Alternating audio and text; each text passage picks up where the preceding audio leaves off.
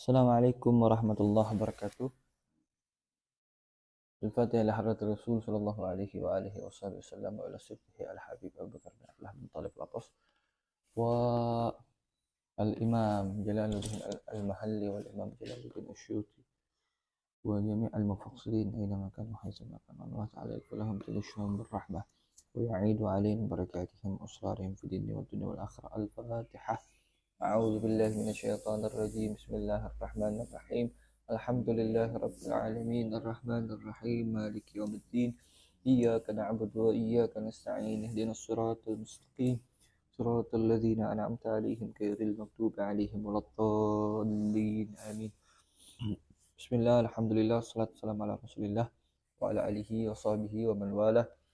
Wala haula wala quwwata illa billah, amma ba'du. Nawaitu ta'allum wa ta'lim wa tadhakkur wa tadhkir lillahi subhanahu wa ta'ala. Alhamdulillah, insyaallah kita lanjutkan pelajaran tafsir kita dalam kitab Tafsir Jalalain. Alhamdulillah kita sudah sampai kepada surat Tabbat. Sebut surat Tabbat atau surat Abi Lahab. Ya. Tabbat yada Abi Lahab wa tab. Bismillahirrahmanirrahim. Surat Al-Lahab ya. Qala al-musannifu rahimahullah ta'ala wa nafa'ana bi'ulumihi wa asrarihi fid dharin amin. Suratu Tabbat. Memang sering begitu, kadang nama surat itu menggunakan nama penyebutannya dengan potongan awal dari surat tersebut. Ini nggak salah juga disebut kulhu misalkan, kan potongan awal dari surat tersebut. Surat Tabbat, terus Al-Fatihah juga disebut juga surat Al-Hamd dan lain sebagainya. Baik. Makkiyatun khamsu ayatin. Ini surat Tabbat ini atau Al-Lahab ini Makkiyah, turunnya di Mekah. Kalau nggak ada aunya berarti ambil ijma, ya, nggak ada khilaf. Jumlahnya khamsu ayat. Kenapa menurut ente kok bisa nggak ada khilaf? Yang lain-lain kemarin madaniyah. Ini kenapa Makkiyah kok bisa bil ijma? Surat Allah ketika Abu Lahab membunuh Nabi. Ketika di Mekah. Itu tepat, ahsan. Karena ini surat khusus ngomongin mention ya, bahasanya mention pamannya Nabi Muhammad SAW, yaitu Abu Lahab. Yang mana Abu Lahab adanya di Mekah, dia nggak ikut-ikutan urusan Madinah. Wafatnya kapan tuh si Abu Lahab? Abu Lahab wafatnya itu 7 hari setelah perang Badar. Itu memang ketika perang Badar itu Rasulullah udah hijrah ke Madinah, tapi kan dia nggak ikut-ikut tuh urusan Madinah. Dan kejadiannya memang nanti kita bakal terang kejadian turunnya ayat ini, sebab nuzulnya itu adalah ketika Rasulullah SAW baru-baru awal-awal berdakwah secara terang-terangan. Baik. Bismillahirrahmanirrahim. Qal lamma da'an nabiyyu sallallahu alaihi wasallam qaumahu. Ketika Rasulullah SAW menyeru kaumnya. Kaum jadi apa? Posisi? Hah? Oh iya. Terus bagaimana kita sebelumnya kita baca dulu ayatnya, lalu kita antum baca tafsirnya juga. A'udzu billahi minasy syaithanir rajim. Bismillahirrahmanirrahim. Tabbat yada Abi Lahab wa tab. Ma aghna anhu maluhu wa ma kasab. Sayasla naran dhata lahab. وامرأته حمالة الحطب في جيدها حبل من مسد.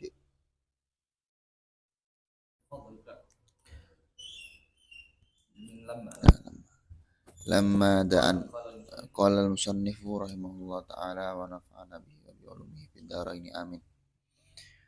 لما دعا النبي قومه وقال صلى الله عليه وسلم قومه وقال إني نذير لكم بين يدي عذاب شديد.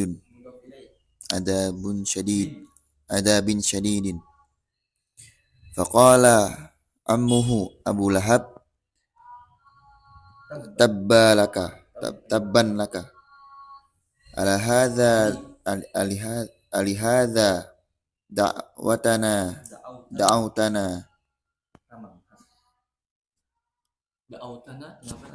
Jatuhnya dia adalah fiil, bukan da'watana. Kalau da'watana, kalau da'watana engkau telah mengajak kita. Memang mirip bentuknya itu kan.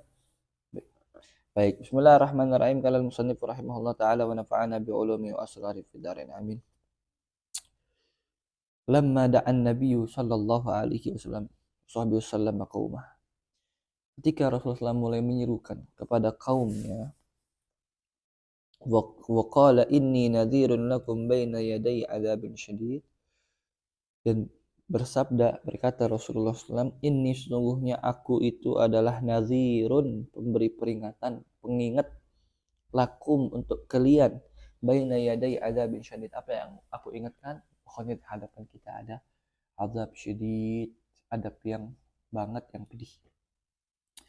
Nah, ini kapan kejadiannya? Ketika sebelumnya turun ayat wa anzir ashiratakal aqrabin, beri peringatan kepada asyirahmu, keluarga terdekatmu, keluarga besar gitu maksudnya. Al-aqrabin yang akrab, yang lebih dekat, alias kerabat maksudnya kan, kerabat Rasulullah. Akhirnya setelah itu siapa kerabat dekat Rasulullah? Yaitu Bani Quraisy itu. Makanya Rasulullah ketika turun ini ayat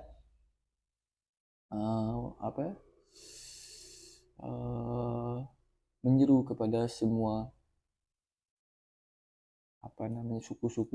suku-suku yang ada di Quraisy itu, di Mekah, dipanggil ya Bani Fulan, ya Bani Fulan, ya Bani Abdul Muttalib, ya Bani Abdi Manaf, ya Bani Adi, dan lain sebagainya, dipanggil semua naik ke Bukit Sofa. Nah, itu naik ke Bukit Sofa menyeru, itu kedengeran semua, semua wadi Mekah itu. Jangan kira seperti sekarang ya, yang banyak motor, banyak mobil, jadi suara itu keganggu. Dulu kan sepi, nggak ada yang begituan kan. Jadi ketika naik ke Bukit Sofa, menyeru di atas itu, semuanya dengar. Satu Mekah, satu wadi itu. Nah, Allahumma sholli ala Sayyidina Muhammad ini juga kejadian kerasa banget ketika Al-Fakir tinggal di Yaman, tepatnya di Mukalla tuh. Itu dekat pantai, tapi lumayan jarak Pak ke pantai itu. Mungkin 1 kilometer lebih lah, itu mungkin ya, nggak pasti takarannya, nggak bisa ngitung soalnya sana kan kalau jarak tuh. Pokoknya lumayan jauh, capek, pegel juga kaki kalau jalan ke pantai itu. Cuman pagi-pagi itu mesti kedengeran suara deru ombak itu. Nah, kenapa? Jauh begini kedengeran juga suara deru ombak. Kenapa? Karena memang apalagi pagi-pagi kan belum ada motor, belum ada apa, belum ada yang ngedistract suaranya. Jadi kedengeran semuanya. Ya Bani Adi, ya Bani Abdi Manaf, ya Bani Fulan, ya Bani Fulan. Akhirnya ngumpul semuanya di bawah Bukit Sofa. Di situ Rasulullah menyeru. Apa kata Rasulullah sebelumnya? Bagaimana pendapat kalian kalau saya katakan di belakang lembah ini ada pasukan berkuda yang siap nyerang? Ngomong gitu Rasulullah dulu. Jadi ngasih prolog dulu, intermezzo dulu, biar nggak kaget gitu. Terus apa jawab para orang Quraisy? Dibilang, kami belum pernah melihat ada kebohongan dalam diri engkau, alias kami akan percaya. Lagi tenang-tenang, kalau lagi tenang-tenang begitu dikabarin ada pasukan berkuda menyerang, pasti kami percaya dan kami akan siap-siap. Saking nggak pernah dengar kebohongan sama sekali dari Rasulullah. Makanya Rasulullah menjulukannya Al-Amin, yang terpercaya. Itu udah dalil banget tuh. Kalau Rasulullah ngomong, orang kafir, orang Quraisy ketika itu pasti akan percaya. Baru Rasulullah ngomong apa?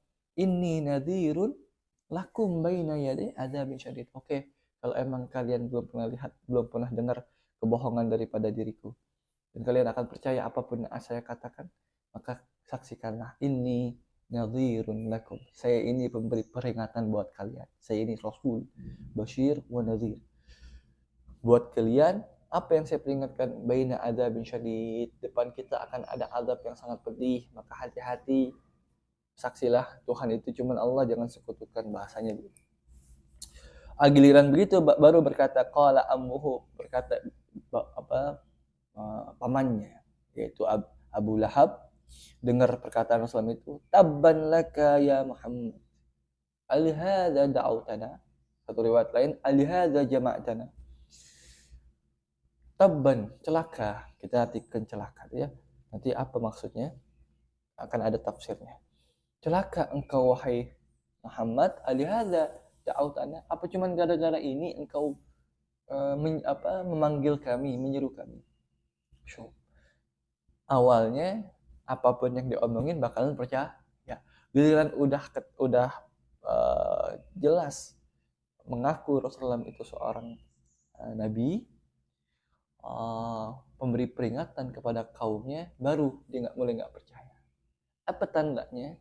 Tandanya ketidakpercayaannya adalah gara-gara hasud, gara-gara kepentingan pribadi.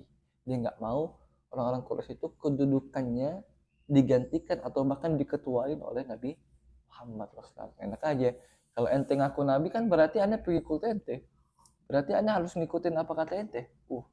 Padahal sebelumnya apapun yang dikatakan akan percaya. Jadi sumber kekafirannya bukan karena ketidakmampuannya untuk memahami Rasulullah sebagai nabi atau utusan, tapi karena hasud, pencegah dia untuk beriman, kehasutan, keirian, kedengkian. Ini juga yang terjadi kepada iblis. Bukan dia nggak percaya sama Allah, bukan dia nggak mau sujud karena melanggar perintah Allah, cuma ada hasud dirinya kepada Nabi Adam. Dosa tertua itu hasud. Nah itu, Allahumma sholli ala Sayyidina Muhammad.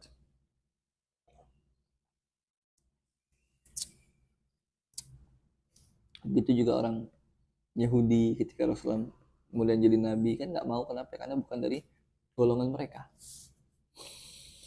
Itu Allahumma sholli ala Sayyidina Muhammad. Apa itu?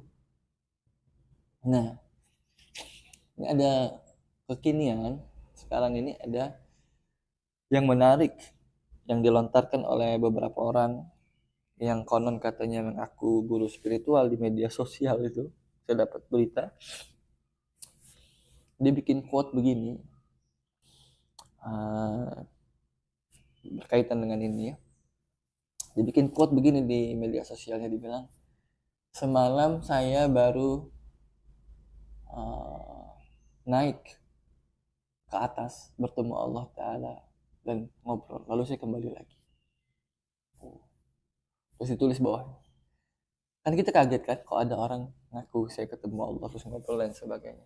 Sebawahnya tulis, reaksi yang sama yang kau keluarkan itu adalah reaksi yang sama dengan apa yang dikeluarkan oleh orang Quraisy ketika Rasulullah mengaku Isra Mi'raj atau Rasulullah mengaku Nabi.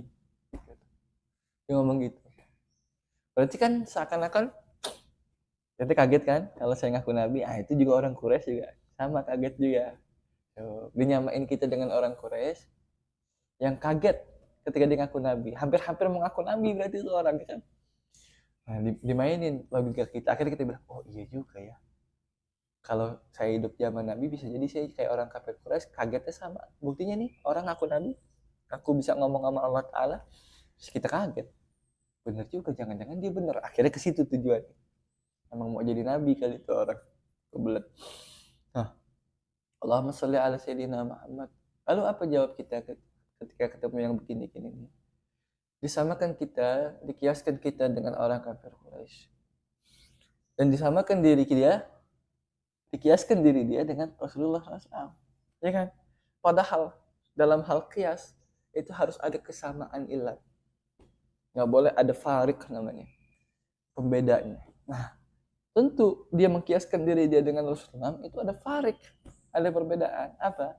Tadi Rasulullah SAW sebelum ngaku nabinya sudah apa? Sudah terpercaya, sudah al-amin. Sehingga Rasulullah bilang, kalau misalkan ada pasukan berkuda menyerang kita di belakang lembah ini, kalian percaya apa enggak? Kaumnya mengatakan apa? Kami tak pernah lihat kebohongan sama sekali pada diri.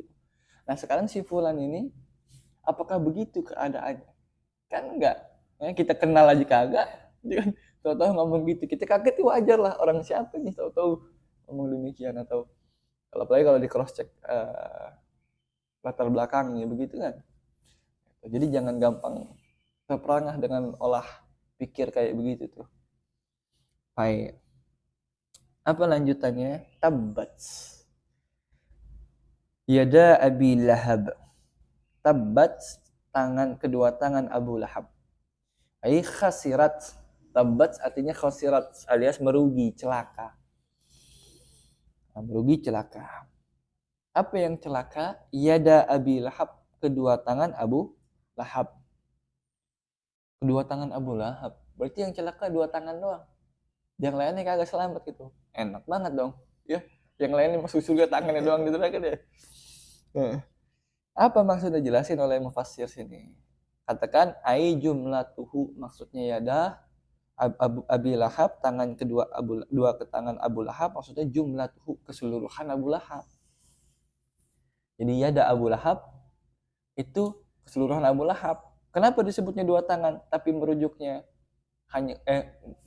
keseluruhan Abu Lahab?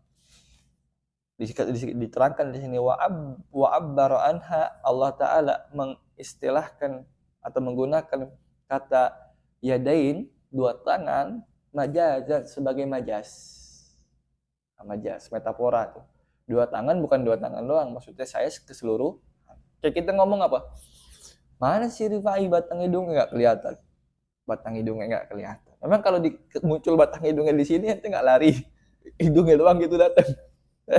Kan enggak, maksud saya batang hidungnya keseluruhan Rifai gitu. Gitu juga Allah Ta'ala gunakan yada Abi Lahab, kedua tangan Abu Lahab, maksudnya seluruhnya Abu Lahab.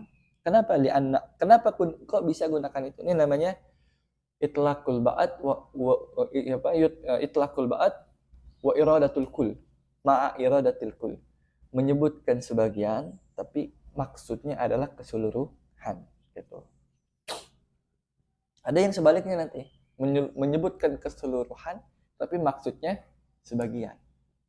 Kayak wa tudammiru kulla syai'in bi amri rabbiha. Ya. Surat apa itu yang kirimin bencananya kaumnya nih? Siapa yang pakai angin gitu? Bapaknya. Tudammiru kulla syai'in bi amri rabbiha. Ukamakan. Menghancurkan. Angin itu kemudian menghancurkan kulla syai', segala sesuatu, bi amri rabbiha, dengan perintah Tuhannya, itu si angin itu menghancurkan segala. Apakah betul kulla syai'in, segala sesuatu, yang sesuatu semuanya? Nah, kalau segala sesuatu semuanya itu langit bumi udah nggak ada sekarang, ya kan? Nah, berarti kan Allah menyebutkan begitu keseluruhan, tapi kepengennya sebagian yang Allah kehendaki saja, gitu. Itu kebalik tuh ya. Kalau ini menyebut sebagian tapi pengen keseluruhan, dua tangan Abu Lahab tapi pengen keseluruhannya. Kalau yang tadi keseluruhan tapi pengennya sebagian. Baik. Banyak nanti di Al-Quran begitu. Termasuk hadis tuh yang kullu bid'atin dhalalah.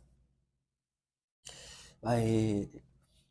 Kenapa kalau gitu gunakannya tangan? Kenapa nggak bagian yang lain? Kenapa nggak kuping? Tabbat uzuna Abi Lahab.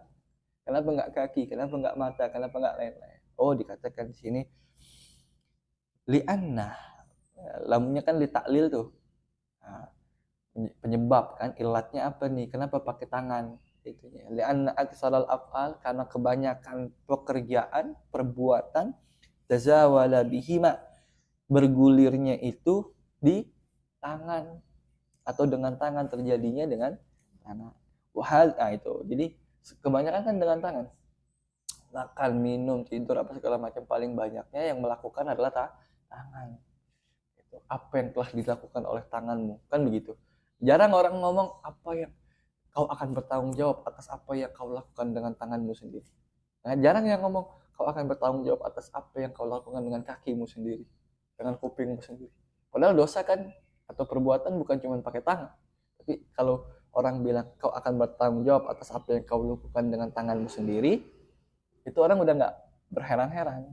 Kalau dengan kakimu sendiri, dengan matamu sendiri, itu nanya-nanya kenapa pakai mata, kenapa pakai kaki kan gitu. Nah, itu makanya Allahumma sholli ala sayyidina Muhammad. Itulah sir cium tangan dengan guru tuh. Cium tangan dengan guru, dikatakan oleh para ulama, kalau cium tangan itu ada cium tangan punggung tangan, ada cium tangan bagian dalam batin tangan. Kalau cium tangan punggung tangan itu sekadar ihtiram wal adab, memuliakan dan sebagai bentuk adab. Tapi kalau cium tangan bagian dalam itu tabarruk, ngambil berkah. Kenapa? Karena kebanyakan pekerjaan itu dilakukan dengan bagian dalam, kan tangan, udah tangan, dan lebih spesifiknya bagian dalam. Kan nggak ada orang nulis atau ngebet buku begini, ustadznya gitu ngebet buku begini, ayo sama-sama, maksain banget ya, pasti begini bagian dalam. Gitu. Baik, Allahumma sholli ala sayyidina Muhammad. Watab, diulang lagi tuh. Tabbat yada Abi Lahab watabba. Dan dia juga tabba, merugi. Kalau tadi tabbat pakai tak taknis, failnya mana? Pasha. Tabbat pakai tak taknis kan? Failnya mana berarti? Enggak, dohir. Isim dohir, yaitu yada. Nah, makanya tanda rofaknya bukan hal kuno. Hah? Aslinya apa sih yada? Yadun. Isim mufrad. Yadani. Bukan hal kuno. Kalau af'alul khamsah baru hal kuno. Ini mah alif tanda rofaknya. Kenapa alif? Karena dia musanna. Terus nunnya hilang, Ustaz. Kemana? Ingat-ingat.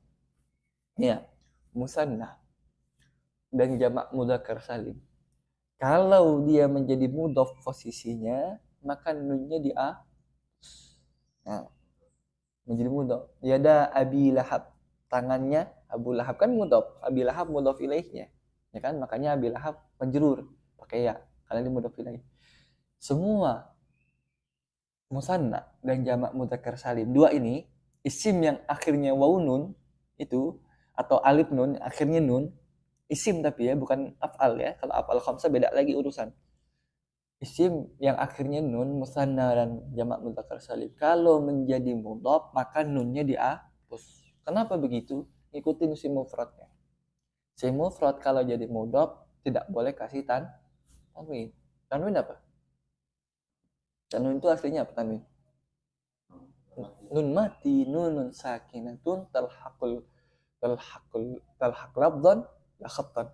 Nun mati yang bisa disebutkan doang tapi nggak ditulis, gitu kan?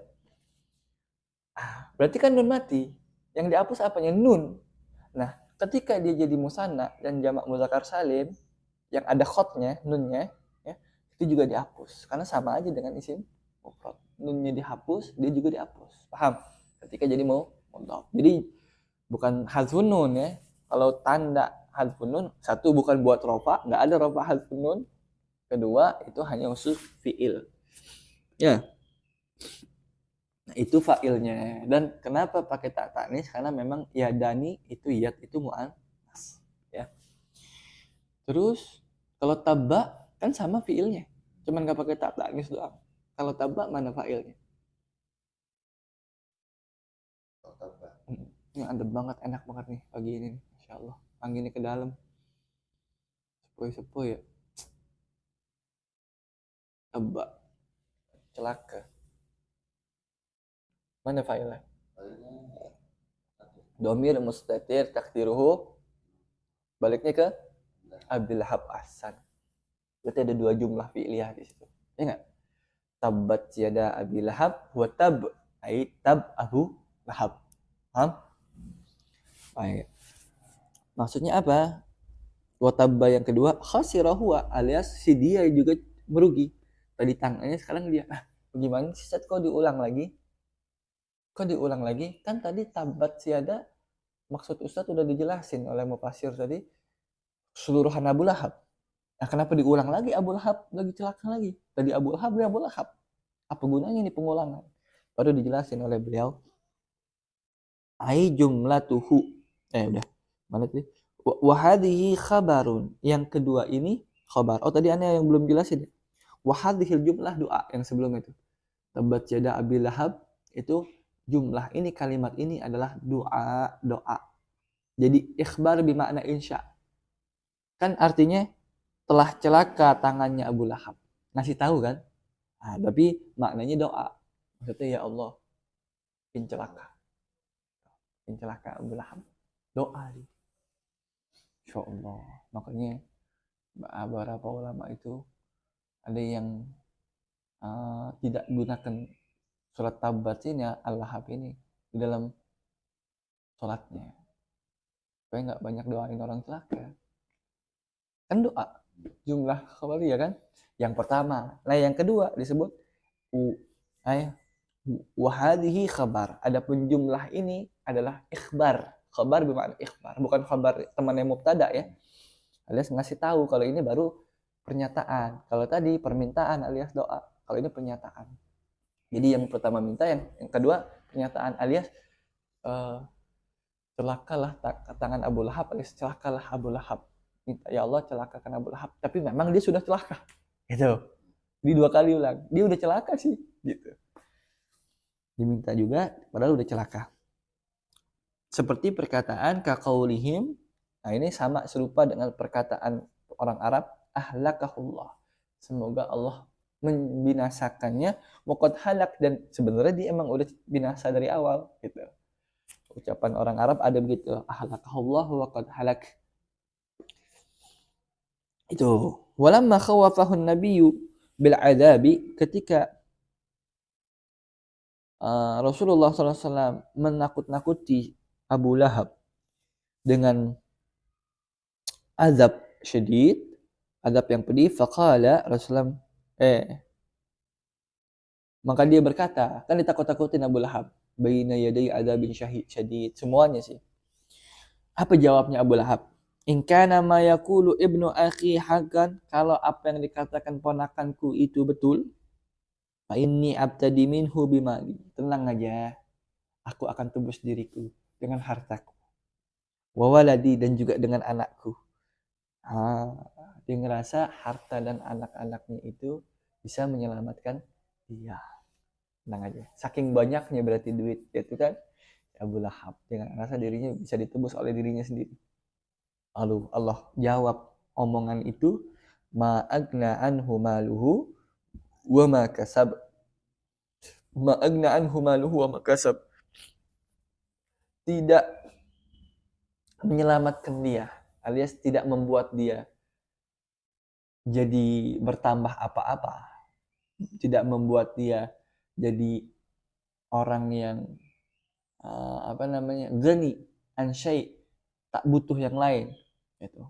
Nggak bermanfaat apa-apalah bahasanya. Ma'agna anhu, tak bermanfaat apa-apa buat dia. Apa yang tak memberikan manfaat buat dia? Maluhu, hartanya, wa makasab, dan apa-apa yang dia usahakan, alias harta juga. Jadi ditafsirkan kalau maluhu itu harta yang diwariskan dari orang tuanya. Abdul Muthalib berarti kan. dan makasab harta yang dia peroleh sendiri dari usahanya gitu. Baik. Ai kasbuhu alias kasabnya dia, usaha dia, ay waladuhu wa agna bimakna yukni, alias atau juga anaknya dia. Wa agna, makna agna dalam ayat tersebut bimakna yugni, membuat tak butuh lagi dengan yang lain. Alias jadi maknya makna fiyah, ma agna tidak bermanfaat apa-apa. Apanya? Hartanya. Ini kan kadang juga kebawa buat kita kan, walaupun tidak berkaitan dengan akhirat, tapi kita merasa harta ini bisa menuntaskan masalah. Duit ini bisa menuntaskan masalah. Padahal bukan duit yang menuntaskan masalah, tapi Allah. Kali ada yang menebus dirinya kan, masuk neraka nggak bisa. Kalau masih penjara, mungkin masih ada, bisa terjadi. Main di belakang, atau tukar kepala, atau lain sebagainya tuh kan. Tapi kalau akhirat, siapa yang bisa nyogok? Bismillahirrahmanirrahim. Kita lanjutkan ayat yang sempat terputus, yaitu surat Al-Lahab, yang mana terakhir kita sudah sampai kepada ayat ke-2. Tabbat yada abi lahab wa tabb ma agna anhu maluhu wa ma kasab. Baik, kita sampai kepada ayat itu. Ma agna anhu maluhu wa ma kasab.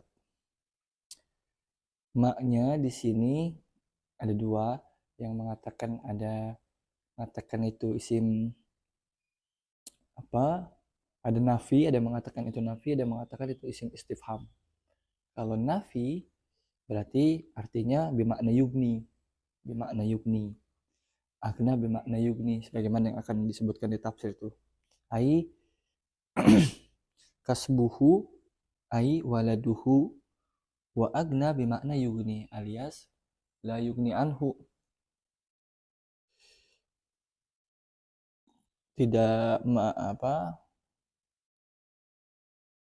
hartanya itu tidak membuat dia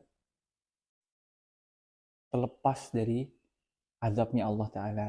Itu tidak membuat dia tidak bermanfaat buat dia sama sekali. Kalau makna fiyah.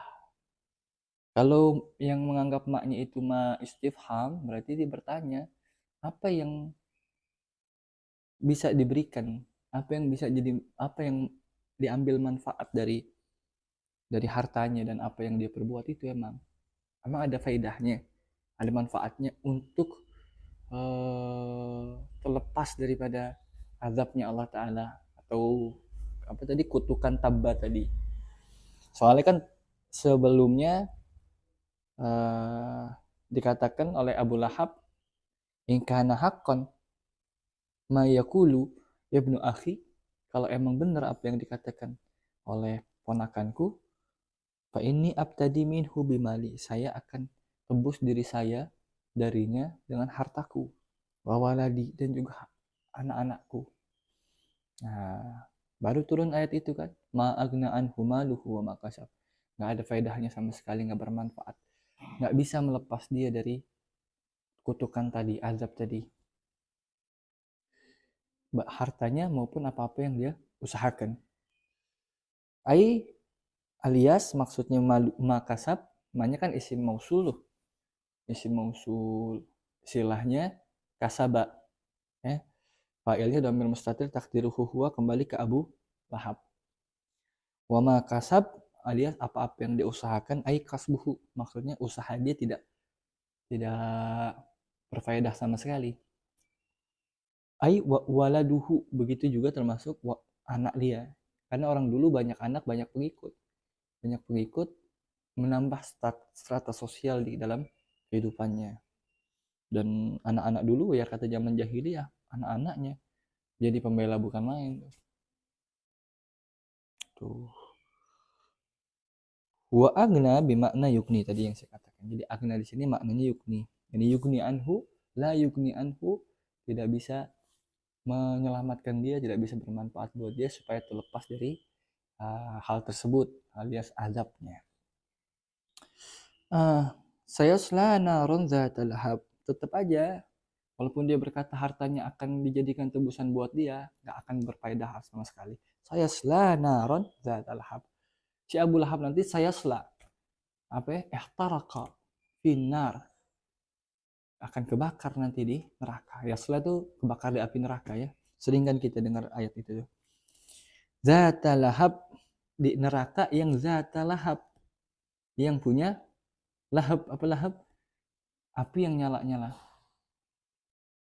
Ai talhabu wa tuqidu. Itu api menjilat-jilat, menyala-nyala dan membakar tukidu. Tukid kan bakar kayu bakar misalkan, itu artinya tukid, membakar sesuatu, alias biasa digunakan untuk membakar kayu bakar. Fahia ma'alun takniyatuhu, fahia ma'alu takniyatihi litalahu biwajhihi isyraqan wa hamratan. Nah, Zata Lahab ini kan juga termasuk namanya itu Abu Lahab. Kenapa dikasih nama, dikunyahkan Abu Lahab? Abu Lahab. Kan itu kan seharusnya Abu, misalkan aneh, Abu Zainab. Kunyah itu kan nama yang menyematkan dirinya pada anaknya. Abu siapa? Itu kunyah. Nah, kenapa dia kunyahnya Abu Lahab? Lahab itu kan api atau kayu bakar ya. Itu apinya itu apa, menyala apinya itu sendiri ya. Ah, kenapa dia dikunyahkan Abu Lahab? Karena litalah hubi wajhihi, karena memang wajahnya itu nyala-nyala, isrokan wa hamrotan, bagaikan isrok itu apa, terbitnya matahari kan, nyala-nyalanya, dan hamrotan, kemerah-merahan, cahayanya kayak cahaya api, merahnya juga kayak merah api, mukanya begitu. Itu kalau ente nonton di film Umar yang meranin Abu Lahab tuh cocok banget sama make up itu, dimerah-merahin mukanya tuh. Coba nonton, gemuk merah Abu Lahab, ngomong kemana-mana muzammam, bukan Muhammad tapi muzammam. Ya, zam dari zam kan celaan. Hamada yuhamidu, menjadikan sesuatu terpuji. Muhammad yang dijadikan terpuji, muzammam yang dijadikan tercela. Kemana-mana begitu dia, si Abu Lahab. Jadi gitu namanya. Nah di sini dia punya nama aslinya, si Abu Lahab itu namanya Abdul Uzza. Abdul Uzza. Uzza kan nama apa ya? Berhalanya di Mekah ketika itu kan, ada Lata, ada Uzza, satu lagi Hubal ya. Nah ini namanya Abdul Uzza. Abdul Uzza namanya, hambanya si Uzza itu ya. Cuman kenapa ayat Al-Qur'an ini termasuk juga pakainya kunyahnya, bukan pakai nama aslinya? Kenapa harus pakai kunyahnya? Satu, supaya munasib dengan apa namanya, ayatnya yang Zata Lahab gitu kan ya. Abi Lahab Zata Lahab gitu. Si Abu Lahab masuk neraka yang Zata Lahab, yang punya api nyala-nyala tuh. Si muka nyala masuk ke nyala api gitu. Ibaratnya. Selain itu, biar apa?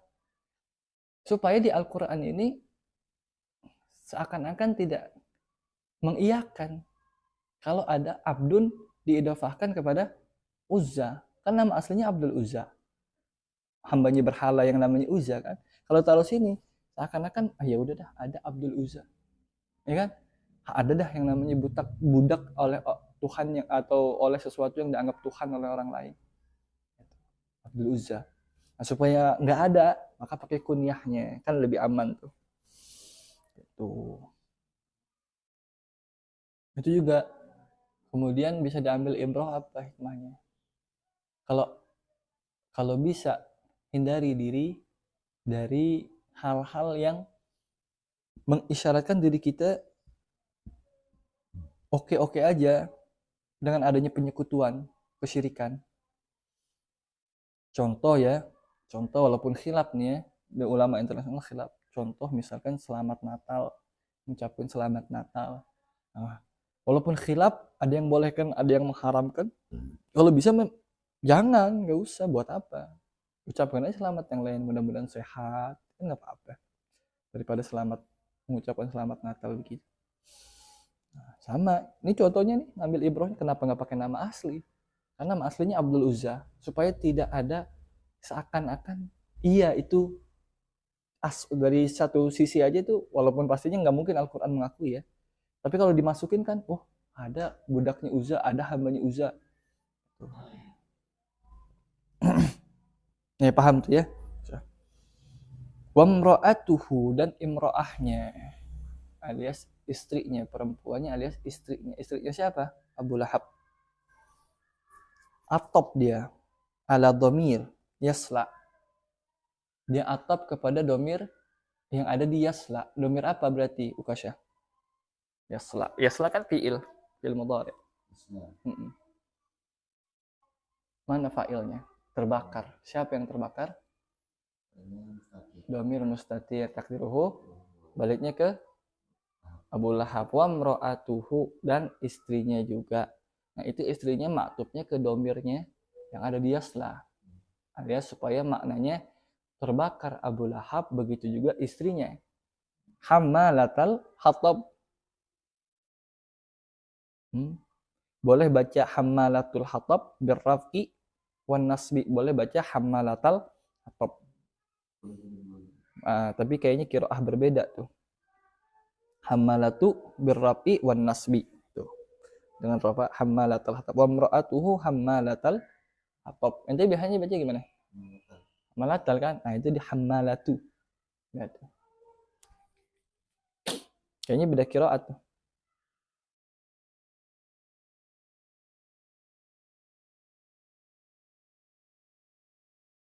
Kalau hammalatu pakai rafa, berarti jadi apa? Naat. Buat imra'atuhu. Wa imra'atuhu hammalatul hatab. Karena wawunya wawu atop, bukan istiqnab. Kalau istiqnab kan mulai jumlah baru, ya kan?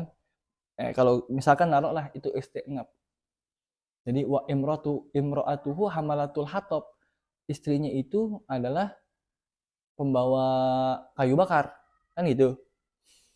Kalau mubtada khabar berarti, karena kalau nganggap itu wawunya wawu apa? Wawu istiqnab. Kalau mubtada khabar, ya kan? Istiqnab kan maksudnya jumlah baru, kayak titik gitu.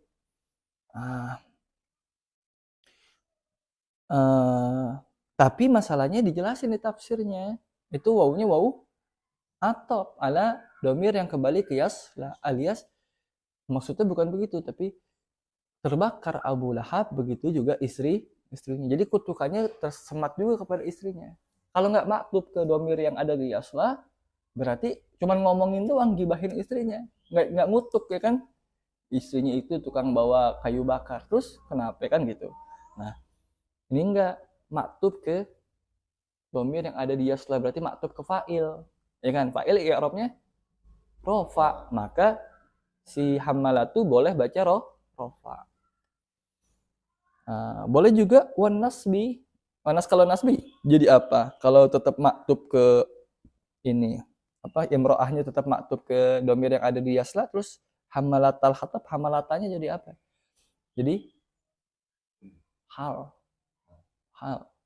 maf'ul bih nggak mungkin. Hal ya, keadaan, alias terbakar di api neraka sembari bawa kayu bakarnya. Gitu. Iya, dia yang bawa kayu bakarnya.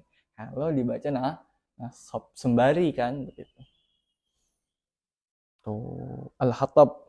Apa al-hatab? Asy-syauq was-sa'dan. Hatab itu maksudnya ranting-ranting berduri. Syauq itu kan duri. Ranting-ranting pohon yang digunakan sebagai media kayu bakar. Was-sa'dan nama jenis pohonnya. Tulqihi fi tariqin nabi. Nah, yang mana dahulu sempat dia bawa kemana? Ke jalan Nabi Muhammad SAW, alias Nabi melewat mana ditaruh di situ, dilempar di situ, supaya apa? Mengganggu jalannya Nabi. Gara-gara apa tuh? Ada sebabnya juga. Gara-gara dia tahu di Al-Quran apa? Ada yang menyindir suaminya, gitu. menyindir suaminya, akhirnya betul-betul dibawa Hattab di jalannya Rasulullah SAW. Akhirnya betul-betul tadi bawa Hattab sendiri ke nerakanya sendiri sama suaminya. Gitu. Fi jidiha, yang mana di jidnya, apa jid itu? Unukha. Unuk apa unuk? Tengkuk nih. Fi jidiha, di tengkuknya istrinya Abu Lahab itu, imro'ahnya, hablum mim masad, ada ikatan dari masad. Masad itu tali yang terbuat dari serabut-serabut. Sabut, dari serabut-serabut, mungkin serabut korma atau serabut kelapa gitu. Sapu ijuk kan serabut juga tuh, dijadiin tali kayak gitu. I leaf tuh yaitu tadi serabut, maksudnya masa tuh leaf. Wahadhil jumlah hal min hammalatil hatab. Dan jumlah ini alias jumlah fi jidiha hablum masad, di lehernya ada ikatan dari sabuk, dari serabut. Ini adalah hal juga, tapi hal berupa jumlah. Hal kan nggak mesti satu kata, ada juga seperti khobar, bisa juga ghairu mufrad. Contohnya ini, khobar berupa hal berupa jar majrur. Berupa jumlah, dia jumlah khobar muqaddam mubtada muakhar. Aslinya hablum mim masad fi jidiha, tali dari serabut ada di lehernya, itu jadi hal. Buat siapa? Min hammalatil hatab, dari hammalatil hatab, keadaan. Jadi sembari bawah, sembari ngapain? Sembari ada ikatan di sini. Gitu. Sembari ada ikatan. Gitu. Alladzi huwa na'tun limra'ah. Oh, afwan. Na'at hammalatul hatab. Iya, kalau misalkan hammalatu dibacanya jadi na'at kan? Tadi kan begitu ya, jelaskan ya.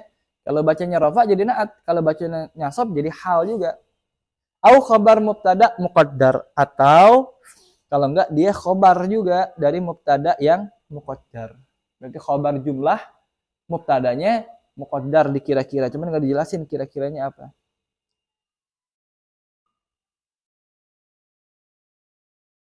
Mungkin wahia fi jidiha hablum mim masad, dia itu di lehernya ada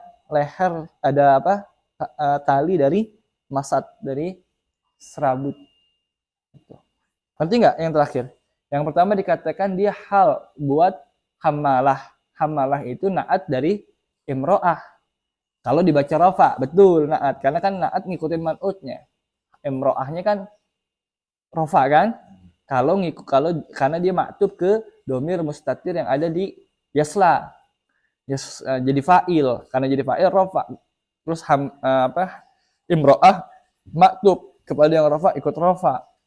Naatnya ikut rafa juga, ya kan? Kalau dibacanya rafa, kan dijelasin ada dua tuh, berraf'i wan nasbi. Kalau nasab berarti jadi hal. Nah, itu hal punya hal lagi. Apa? Biji diha hablum mimasat. Halnya berupa jumlah.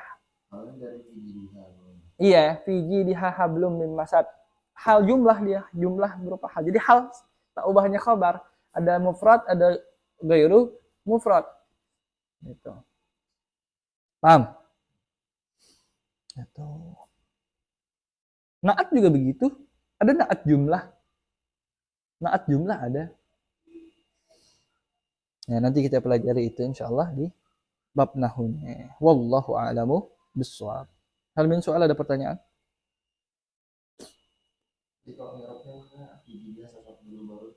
Iya. Kalau jadi yang jumlah yang jadi, kalau ada jumlah menempati posisi yang seharusnya ditempati oleh satu kata, maka i'rab dulu satu-satu kata yang ada jumlah itu secara normal, baru ente i'rabin wal jumlatu min mubtada muakhar wa khabar muqaddam fi mahalli nasrin hal, itu ya. Kalau yang ninjau satuan katanya, ya udah lempeng aja gitu. Kayak kemarin an wa ma ba'daha. Contohnya uridu an azura baital ustadi. Aku pengen mengunjungi rumah ustad. Uridu fi'il mudhari marfu bitajarrud bihi anin nasib wal jazm wa alamat rafihi dhammatun zahiratun bi akhiri li'annahu ismul li'annahu fi'il mudhari lam yattasil bi akhiri syai' wa fa'iluhu dhamirun mustatirun fihi wujuban takdiruhu ana. Terus nah maf'ul bihnya kan belum ketemu. An wa ba'dah kan an azura itu kan. Cuman kan nggak bisa langsung begitu. Pretelin dulu. An harfu nasbin wa masdarin. Harfu nasbin wa masdarin. Azura fi'il mudhari mansubun bi an. Tuh satu. Mansubun bi an wa alamatu nasbihi fathatun zahiratun fi akhirih linahu fi'il mudhari lam yattasil bi akhiri syai'. Wa fa'iluhu dhamir mustatirun fihi wujuban takdiruhu ana urid azura. Al-baita maf'ulun bihi mansubun alamatun nasbihatun zahiratun fi akhirih linahu ismul mufrad. Baita huwa mudhaf. Al-ustadi mudhaf ilaih majrurun wa alamatun dzahiri kasratun zahiratun fi akhirih li'annahu ismul mufrad. Nah, wal jumlatu min an wa ma ba'daha fi ta'wilil masdar. Kasih takdir dulu. Takdiruhu ziyarati. Kan azuru, saya mengunjungi. Kalau jadi masdar, jadi masdarnya apa? Zara yazuru, ziarah. Karena ada akunya, jadi ziyarati. Ziyarati fi mahal apa enggak usah pakai fi mahali kan udah ditakwil. Ya ulang ya. An wa ma ba'daha fi ta'wilil masdar takdiruhu ziyarati. Takdiruhu ziyarati maf'ulun bih langsung gitu. Maf'ulun bih mansubun. Nah, boleh dilanjutin enggak juga enggak apa-apa orang ditakdirkan. Fi maf'ulun bih titik enggak apa-apa. Nah, seakan-akan ngomong uridu ziyarati baital ustadi. Boleh nggak? Boleh. Baital ustadi jadi apa? Tetap jadi maf'ul bih. Kenapa? Karena maf'ul bihnya mana? Ziyarati. Nah, kok maf'ul bih ziyarati Ustaz? Kan ziyarati udah jadi isim kalau ditakwil kan? Gimana? Tetap aja isim tapi yajri majrul fi'il. Beramal seperti amal fi'il. Jadi baita tetap baca baita. Gitu. Iya. Gimana nih Robinnya? Wal jumlatu. Jadi jumlah. Diperhatiin dulu atu per kata. Baru wal jumlatu min kada wa kada fi mahali kada. Gitu. Paham? Ada lagi? Wallahu a'lamu bissawab. Mudah-mudahan manfaat. Lebih kurang mohon maaf. Subhanakallahumma bihamdika asyhadu an la ilaha illa anta astaghfiruka wa atubu ilaik. Wassalamualaikum warahmatullahi wabarakatuh.